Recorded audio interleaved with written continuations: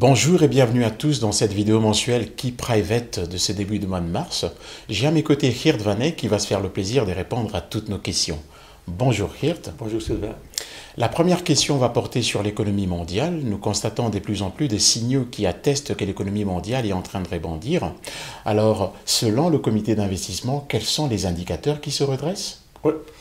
Comme d'habitude, dans notre comité d'investissement, on regarde surtout l'évolution de la confiance parmi les chefs d'entreprise. Et ici, sur votre écran, vous voyez l'évolution de la confiance parmi les chefs d'entreprise qui sont actifs dans le secteur industriel. Le secteur industriel, c'est le secteur le plus cyclique, c'est aussi le secteur le plus corrélé avec l'économie mondiale, avec l'activité macroéconomique. Donc, c'est un indicateur très important pour nous dans notre comité d'investissement. Qu'est-ce qu'on remarque, qu'est-ce qu'on regarde sur cette graphique? Bon, depuis 2021-2022, on a eu un recul de l'activité macroéconomique, mais à partir de fin 2022-2023, on a fait une base, on arrive au plancher, et maintenant, depuis le début de 2024, on voit une reprise, un rebond de la confiance parmi les chefs d'entreprise qui sont actifs dans le secteur industriel. Et cela, pour nous, pour le comité d'investissement, c'est un très bon signal quand le secteur industriel commence à mieux performer. Donc, nous sommes très optimistes quand on regarde ici ce graphique. Et c'est un peu la même chose pour une région qui était un peu plus faible que, par exemple, l'économie américaine, c'est la zone euro.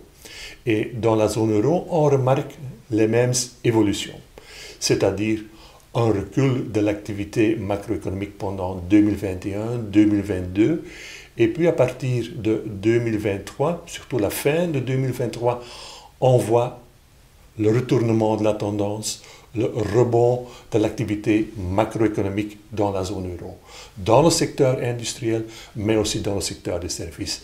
Et de nouveau, c'est une confirmation que, en général, l'économie mondiale va mieux, Sylvain. Merci Geert pour toutes ces explications.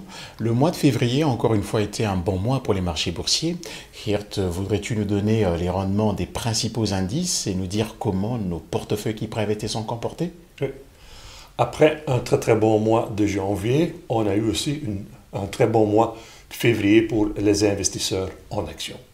En général, les actions américaines, oui, ont gagné 3,70% parce que oui, les actions américaines, c'est presque 60-70% du tracker sur le MSCI World. Puis en Europe, plus 2%, et aussi une très belle performance pour les actions des pays émergents avec une performance positive de 3,43%. Il faut aussi dire que les petites capitalisations en Europe, là, la performance est un peu décevante et de cette façon, on va le voir dans quelques instants, on a fait quelques modifications dans nos portefeuilles, mais en général, un très bon mois de février pour les investisseurs en actions. Le profil 5 a gagné presque 1% de rendement net et le profil 7, 1,30%. Sylvain. Le comité d'investissement souhaite expliquer deux opérations. Premièrement, pour les Key Private traditionnels, la réduction de l'exposition des trackers sur les actions européennes des petites capitalisations. Ensuite, pour les Key Private avec caractéristiques des durabilités, un commentaire sur les trackers sur les actions japonaises. Alors, Geert, voudrais-tu nous faire part de ce commentaire du comité d'investissement sur ces deux opérations? Oui.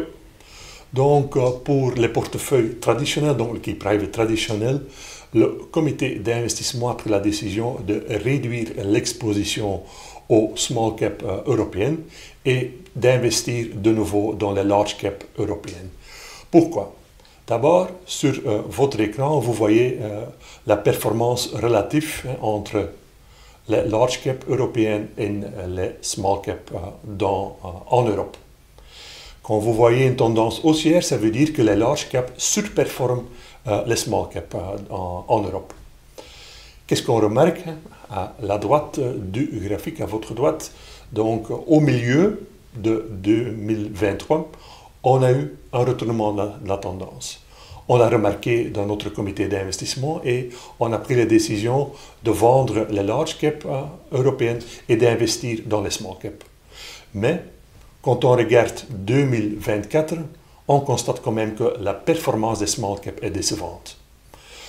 Depuis janvier 2024, on remarque de nouveau que les large cap surperforment les small cap en Europe.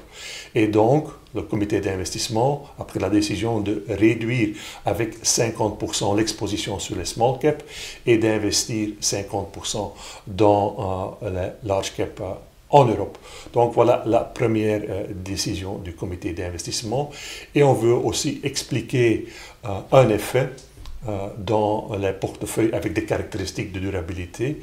Pourquoi? Pour le Japon, beaucoup de clients s'interrogent pourquoi le tracker sur les actions japonaises avec des caractéristiques de durabilité ne performe pas si bien. Parce que dans la presse quotidienne, on peut lire que l'action ou les actions japonaises performent très très bien, mais le tracker dans les actions avec des caractéristiques de durabilité, la performance est aussi un peu décevante. Il y a deux explications. D'abord, le yen qui reste très très faible par rapport à l'euro. Ici, sur votre écran, vous voyez l'évolution depuis 2020. On voit une tendance haussière, ça veut dire que l'euro se renforce par rapport au yen. Donc voilà une première explication. Et une deuxième explication, c'est que quand on regarde la bourse japonaise, on remarque que les constructeurs d'automobiles, par exemple, des sociétés comme Toyota, Subaru, performent très très bien. Mais ce type d'action ne se trouve pas dans le tracker sur les actions japonaises avec des caractéristiques de durabilité. Parce que là, on n'investit pas dans des sociétés qui font des ventes des automobiles.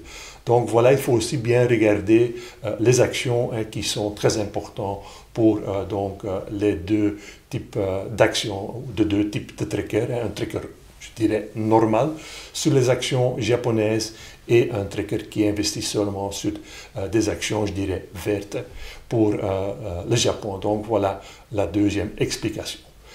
Bon, quand on regarde les compositions actuelles de nos portefeuilles, donc un changement dans les portefeuilles traditionnels où on a réduit l'exposition sur les actions de petite capitalisation européenne.